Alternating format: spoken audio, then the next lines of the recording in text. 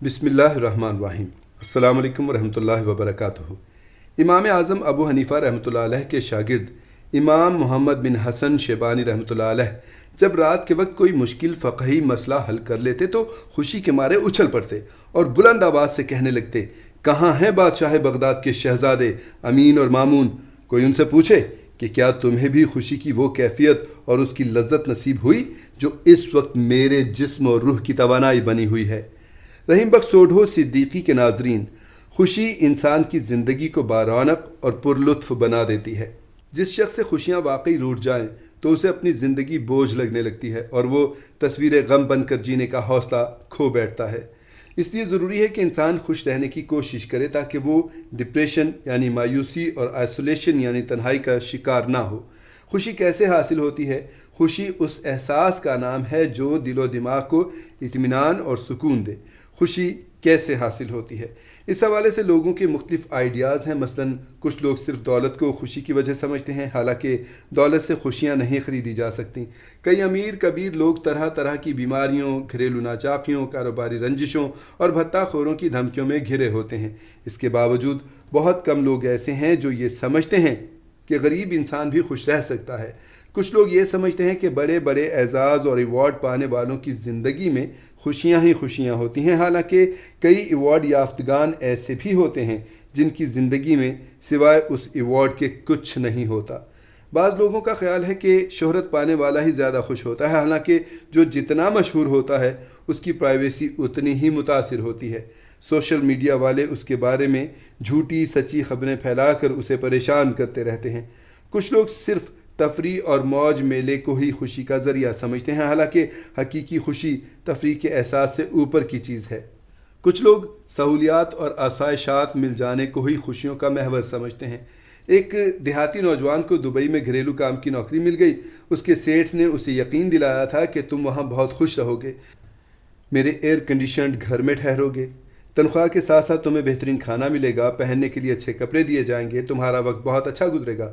لیکن جب وہ نوجوان دبئی پہنچا تو کچھ ہی دنوں میں اداس رہنے لگا، کئی بار تو رونے لگتا۔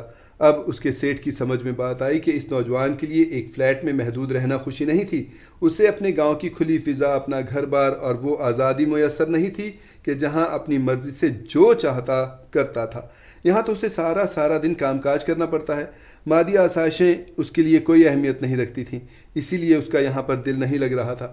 بعضوں کو گناہوں کی لذت میں شیطانی خوشی محسوس ہوتی ہے، کچھ خوش نصیبوں کو نیکیوں میں خوشی ملتی ہے۔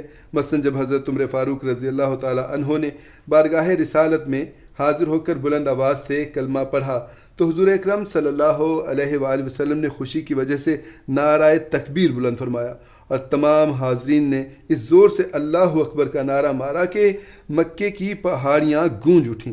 اسی طرح رسول کریم صلی اللہ علیہ وآلہ وسلم کے پاس جب حضرت اکرمہ بن حشام رضی اللہ تعالی عنہ اسلام قبول کرنے کے لیے حاضر ہوئے تو آپ صلی اللہ علیہ وآلہ وسلم ان کو دیکھ کر بے حد خوش ہوئے اور تیزی سے ان کی طرف بڑھے۔ خوش رہنے کے 8 طریقے۔ غم ہمیں اسی وقت غمگین کرتا ہے جب ہم اسے محسوس کرتے ہیں، اسی طرح خوشی بھی ہمیں اسی وقت خوش کرے گی جب ہم اسے محسوس کریں گے۔ خوش رہنے کے لیے ان طریقوں پر عمل مفید ہے۔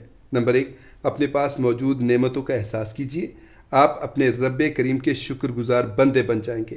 شکر نعمتوں میں اضافے کے ساتھ ساتھ انسان کو خوشیوں سے بھی نوازتا ہے۔ نمبر 2، اپنی روٹین آف لائف کا جائزہ لیجیے کہ کہیں آپ خوش رہنے کا وقت کسی اور کام میں تو نہیں گزار رہے، جیسے کاروبار یا ملازمت کے بعد شام کو گھر پہنچنے کے بعد بیوی بچوں کے ساتھ خوشگوار وقت گزارنے کے بجائے آپ کاروباری یا دفتری بکھیڑوں میں الجھے رہتے ہوں، تو اس پر نظر ثانی کیجیے۔ نمبر 3، بڑی خوشی کے انتظار میں چھوٹی چھوٹی خوشیوں کو مس نہ کیجیے۔ یہ ذہن بنا لینا کہ میں بڑی کامیابی ملنے پر ہی خوش ہوں گا ایسے ہی ہے کہ برف کے کیوبز یعنی ٹکڑے ہوتے ہوئے اسے پانی ٹھنڈا کرنے کے لیے برف کے کٹورے کا انتظار کیا جائے۔ نمبر 4، مجھے کیا ملے گا، میرے حصے میں کیا آئے گا، ہر کام میں صرف اور صرف اپنا مفاد دیکھنا اچھی بات نہیں ہے۔ یہ اللہ کی رضا کے لیے دوسروں کو فائدہ پہنچا کر ایثار کا ثواب اور دل کی خوشی دونوں حاصل کیجیے۔ نمبر 5، اپنی خواہشات کا لیول حقیقی رکھیے۔ اگر آپ اپنے قد سے بڑھ کر خواہشات رکھیں گے تو آپ کو کامیابی کی خوشی پانے کے لیے طویل انتظار کرنا پڑے گا۔ نمبر 6، دوسروں سے اپنا تقابل کرنا ایک مثبت انداز سے ہو تو ہمیں ترقی کی راہ پر چلا سکتا ہے، اور منفی انداز سے ہو تو خوشیوں کے بجائے غم میں مبتلا کر سکتا ہے کہ فلاں کے پاس ایسی شاندار گاڑی اور گھر وغیرہ ہے جبکہ میرے پاس کھٹارا سواری اور کرائے کا گھر ہے۔ نمبر 7، دوسروں کی نعمتیں اور آسائشیں دیکھ دیکھ کر جیلسی کا شکار نہ ہو، کیونکہ اس سے غم پیدا ہوتا ہے، خوشی نہیں۔ نمبر 8، خوشیوں بھری زندگی کے خواب کی تعبیر کے لیے اپنی اپنی زندگی داؤ پر نہ لگائیں۔ مثلاً کئی لوگ دیگر ممالک میں غیر قانونی طور پر جانے کی کوشش کرتے ہیں، لیکن بارڈر پار کرنے کی کوشش میں سیکیورٹی فورسز کی گولیوں کا نشانہ بن جاتے ہیں، اور بیچاروں کی موت کی خبر تک بھی ان کے گھر تک نہیں پہنچ پاتی۔ اے عاشقان رسول صلی اللہ علیہ وآلہ وسلم، اسی طرح کے بہت سے کام ہم سیلف موٹیویشن کے ذریعے کر سکتے ہیں اور خوش رہ سکتے ہیں، لیکن یاد رکھیے کہ دنیا کی خوشیاں جتنی بھی ہوں بہرحال عارضی ہیں۔ ایک مسلمان کو حقیقی خوشی اس وقت حاصل ہوگی جب وہ قبر و حشر کی منزلیں عافیت کے ساتھ طے کرنے کے بعد اپنے رب کی رحمت سے جنت میں داخل ہونے میں کامیاب ہو جائے گا۔ اللہ کریم ہمیں خوش رہنے کی توفیق عطا فرمائے۔